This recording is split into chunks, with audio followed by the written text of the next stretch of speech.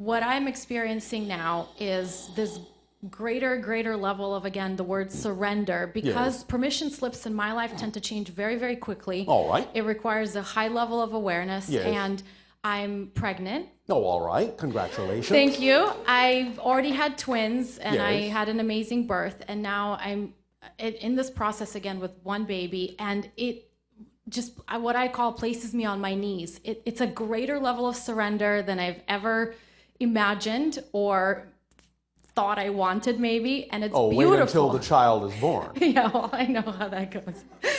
So I'm curious about why pregnancy has this energy, if there is something particularly useful or important about this process. Because remember that the child at this moment is not a child. You are enveloped by a larger being. You are in agreement with a larger being that knows exactly who you are. And thus, by surrendering to that process, you are allowing that being to tell you the true story of you. That's what pregnancy is. You are allowing that story to grow within you, to become a participant in a new story, a new perspective of you that the greater being who will become your child is actually telling you through this process about who you actually are, what your agreements are that you have made with each other. And by allowing that to come to term, you will then be living in that story if you have been paying attention to what you are being told during the pregnancy. Yeah. If you surrender to the wisdom of that being. That's beautiful. Yes, it is. So this is more of a curiosity. Why is it that in our society, at this time anyway, only women are pregnant and bearing children? Why is it that way? Yeah. Why not both genders? Because it gave you an opportunity to experience certain things about polarity that go hand in hand with the earth story.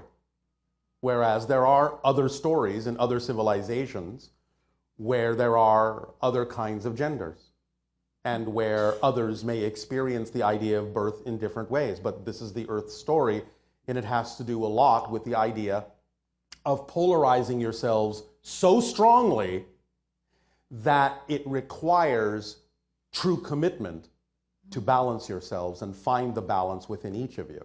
Do you understand? Yes, that holds a great deal of meaning for me. Now, there is more to it than that, which we will go into at a later time. But for now, that's the simple answer.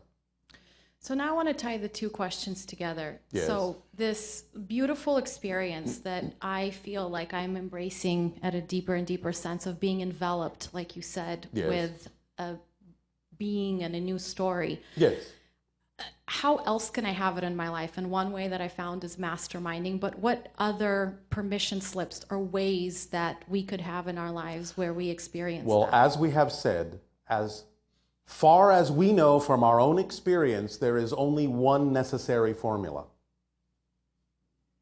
Acting at every moment on the thing that contains more excitement than anything else, to the best of your ability, taking it as far as you can until you can take it no further, with absolutely zero insistence or assumption as to what the outcome ought to be.